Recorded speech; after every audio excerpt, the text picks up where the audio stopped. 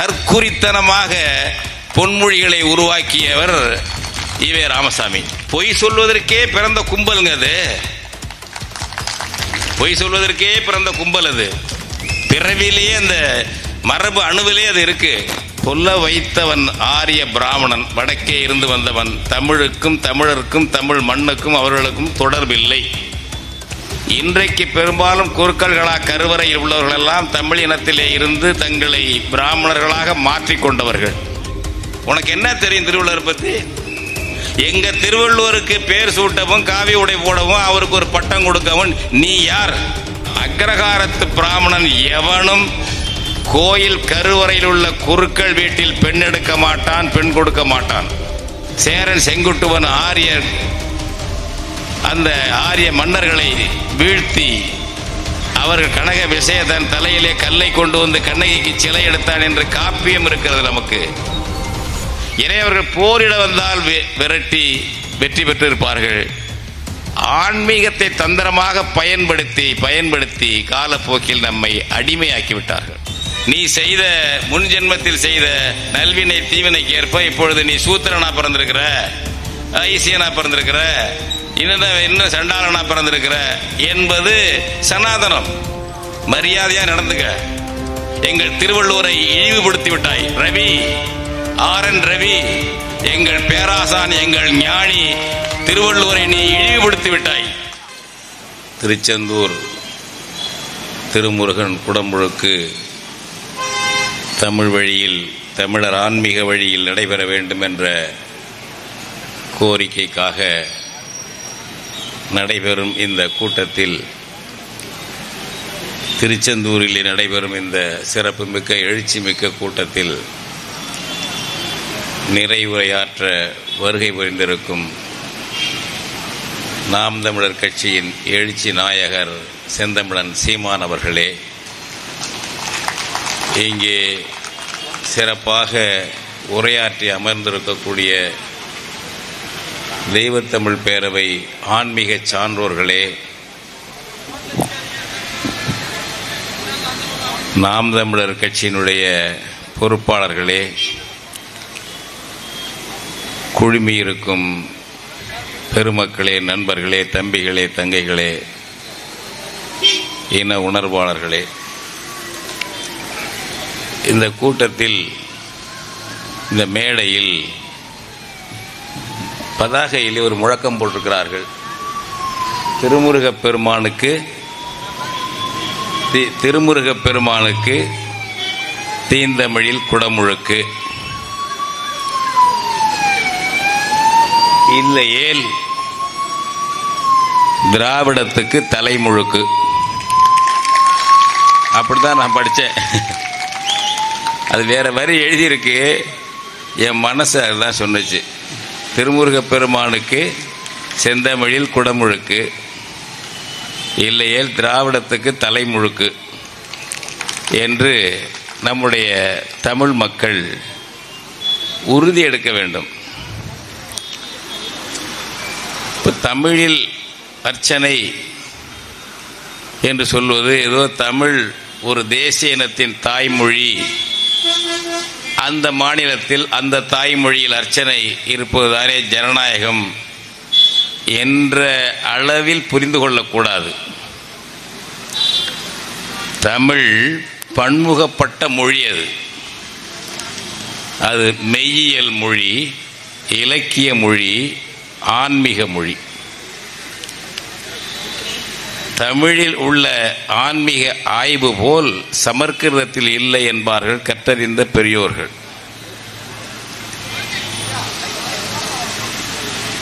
நம்முடைய சிவநெறியினுடைய ஆசானாக விளங்கக்கூடிய திருமூலர் அவர்கள் இந்த பிராமணர்கள் அர்ச்சனை செய்வதை பற்றி ஒரு செய்யுள் எழுதினார்.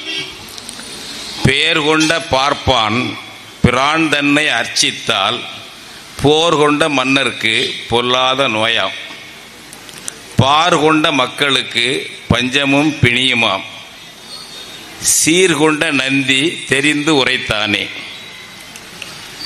பாப்பான் பிராமணன் கோயில் அர்ச்சனை செய்தால் அரசுக்கே ஆபத்தினார் அந்த காலத்தில் தமிழ் மன்னர்களுக்கு. மக்களுக்கு நோய் வரும் என்றார். இது இறைவனுடைய தூதர் சொன்னது என்று திருமூலர் சொன்னார். இந்த ஆன்மீக மரபு தமிழர் ஆன்மீக மரபு. இறைவனோடு இறைவன் வேறு தான் வேறு இல்லை என்ற ஒருங்கிணைப்பு தமிழ் சிவநெறி. அம்மையுமாய் அப்பனுமாய் அன்புடைய மாமனுமாய் மாமியுமாய் சிவன் எனக்கு இருக்கிறான் என்று திருநாவுக்கரசர் பாடினார். எங்கே பாடுவார்கள் போல? அதையெல்லாம் தாண்டி சுந்தரர் சிவன் என்னுடைய தோழன் என்றான். தேவாரம் பாடிய சுந்தரர் சிவன் என்னுடைய தோழன், ஏழிசையாய் இசைப்பயனாய் இன்னமுதாய் என்னுடைய தோழனுமாய் யான் செய்யும் துரிசுகளுக்கும் உடனாகி. நான் தப்பு செஞ்சா அதுக்கு உடனாக இருப்பார், என் தோழல்ல என்று செல்லமாக இறைவனோடு உறவு கொண்ட இனம் இது. இந்த இனத்தில் பிறந்த தகுதியுடைய ஒருவர் அர்ச்சகராக இருந்தால் அது தீட்டு என்கிறான். கருவறையிலே போய் இருந்தால் தமிழன் தமிழச்சி அதில் இருந்தால் தீட்டு என்கிறான். சொல்பவன் யார்? சொல்ல வைத்தவன் ஆரிய பிராமணன், வடக்கே இருந்து வந்தவன். தமிழுக்கும் தமிழருக்கும் தமிழ் மண்ணுக்கும் அவர்களுக்கும் தொடர்பில்லை. இன்றைக்கு பெரும்பாலும் குருக்கள்களாக கருவறையில் உள்ளவர்கள் எல்லாம் தமிழ் இனத்திலே இருந்து தங்களை பிராமணர்களாக மாற்றிக்கொண்டவர்கள். ஆனால் அக்ரகாரத்து பிராமணன் எவனும் கோயில் கருவறையில் உள்ள குருக்கள் வீட்டில் பெண் எடுக்க மாட்டான், பெண் கொடுக்க மாட்டான். சமமாகவே அவனை கருத மாட்டார்கள்.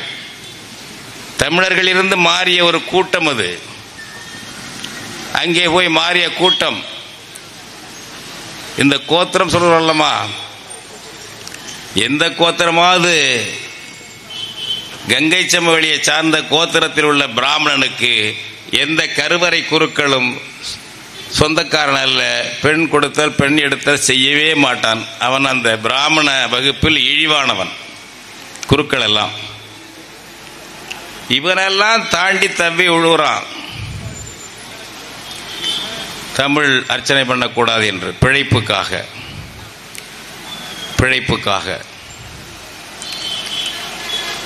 இந்த நிலைமை ஏன்? தமிழர்கள் ஏமாளிகளாக இருக்கின்ற காரணத்தினால், அச்சத்துக்கு அடிமைப்பட்டு போனதால் அவர்கள் நம் தலைமீது ஏறி ஆதிக்கம் செய்கிறார்கள்.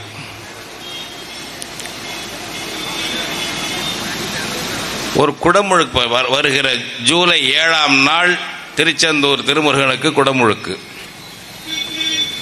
இதற்காக 3 மாதங்களுக்கு முன்பாகவே வந்து இங்கே தெய்வத்தமிழ் பேரவை, வீரத்தமிழர் முன்னணி, நாம் தமிழர் கட்சி பொறுப்பாளர்கள், தமிழ் தேசிய பேரியக்க பொறுப்பாளர்கள் எல்லாரும் போய் மனு கொடுத்தோம்.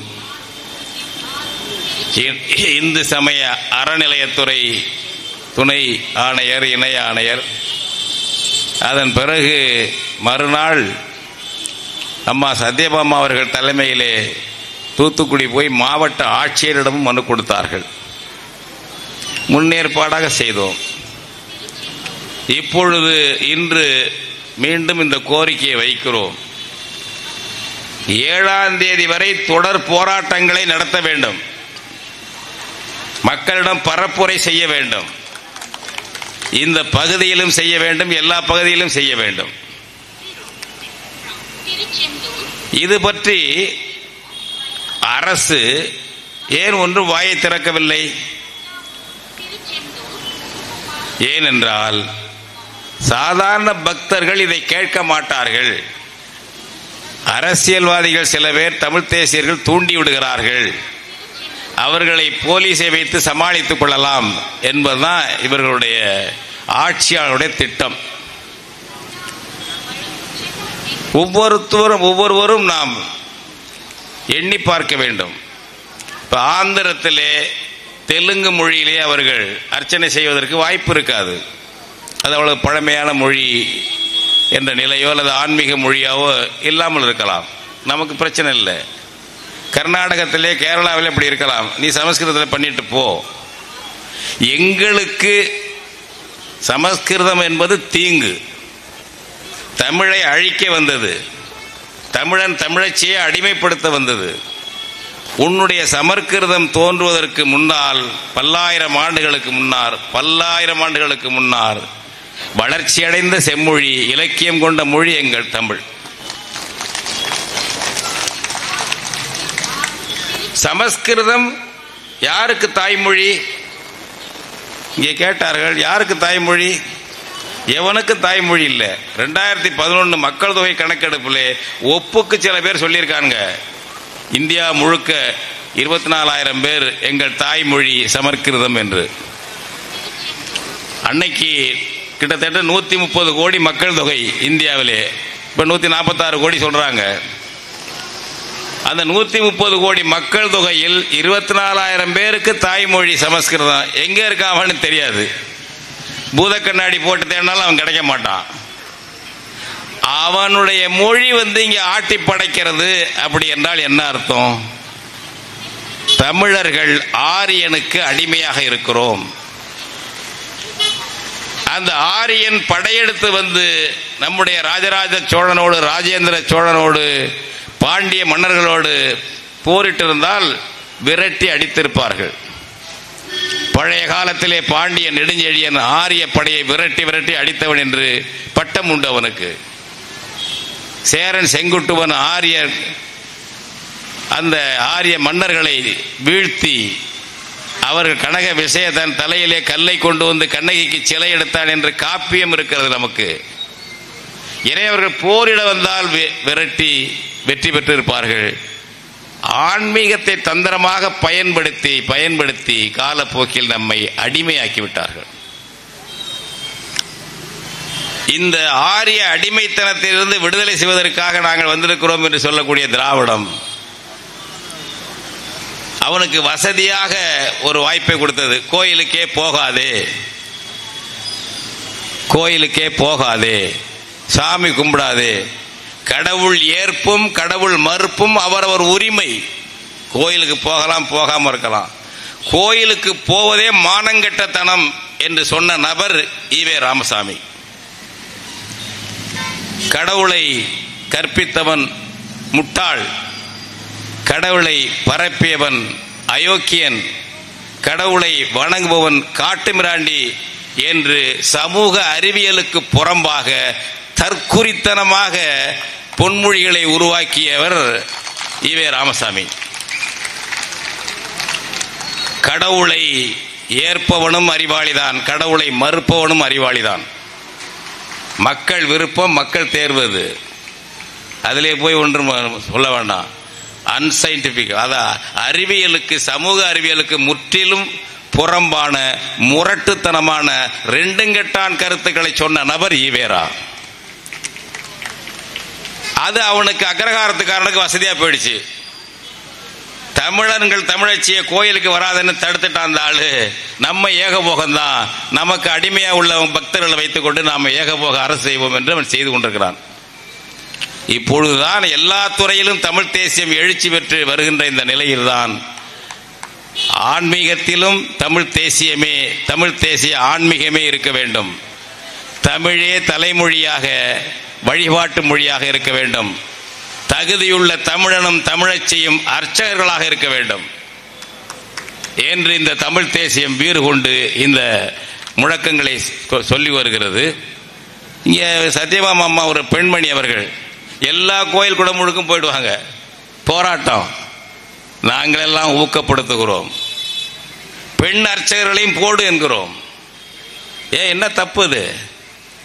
நம்ம அதாவது இந்த சைவத்துக்கு பேராசிரியை போல் தோன்றியவர் காரைக்கால் அம்மையார்.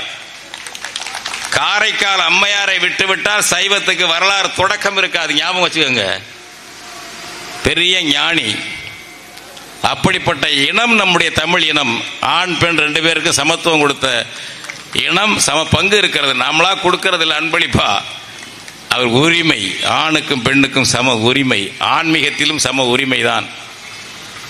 இப்படி நாம் இதை செய்து கொண்டிருக்கும் பொழுது ஆரியம் முன்னேறி வருகிறது. ஏன்? திராவிடம் அவர்களுக்கு பக்கத்துணையா இருக்கு. சென்னை ஆளுநர் மாளிகையிலே ஒரு நபர் இருக்கிறார், RSS நபர். அவரை RSS ரவி என்று சொல்வது. அவருக்கு முன்னெழுத்து RN ரவி. டெல்லி மேலிடத்தினுடைய கைத்தடி. இப்படியெல்லாம் செய்ய, அப்படியெல்லாம் செய்ய சொன்னா செய்வார்.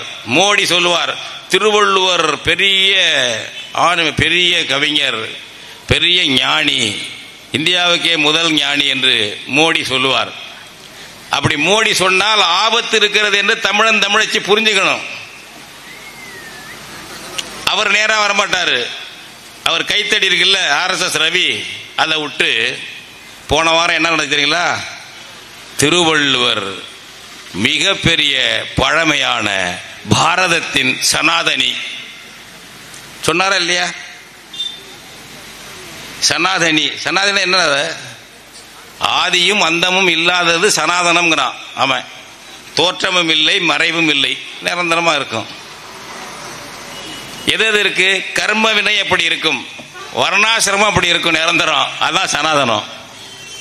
நீ செய்த முன் ஜென்மத்தில் செய்த நல்வினை தீவினைக்கு ஏற்ப இப்பொழுது நீ சூத்திரனா பிறந்திருக்கிற, ஐசியனா பிறந்திருக்கிற, இன்னும் சண்டாளனா பிறந்திருக்கிற என்பது சனாதனம்.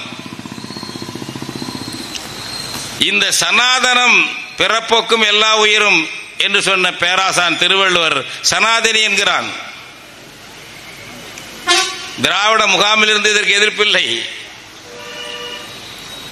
அடுத்தது தை 1 நம்முடைய தமிழ் அறிஞர்கள் உருவாக்கியது ஒரு திருவள்ளுவர் ஆண்டு, தொடராண்டு நமக்கு வேண்டும் என்று நமசிவாய முதலியார் அவர்களுடைய ஒருங்கிணைப்பில் மறைமலை அடிகளார் தலைமையிலே நடந்த அந்த பச்சையப்பன் கல்லூரி அறிஞர்கள் மாநாட்டிலே முடிவு செய்தது, நமக்கு திருவள்ளுவர் ஆண்டு தேவை, இந்த கே விளம்பி என்ற சமஸ்கிருத ஆண்டு வேண்டாம், அது தொடராண்டாகவும் இல்லை என்று சொல்லி நடைமுறைப்படுத்தினோம்.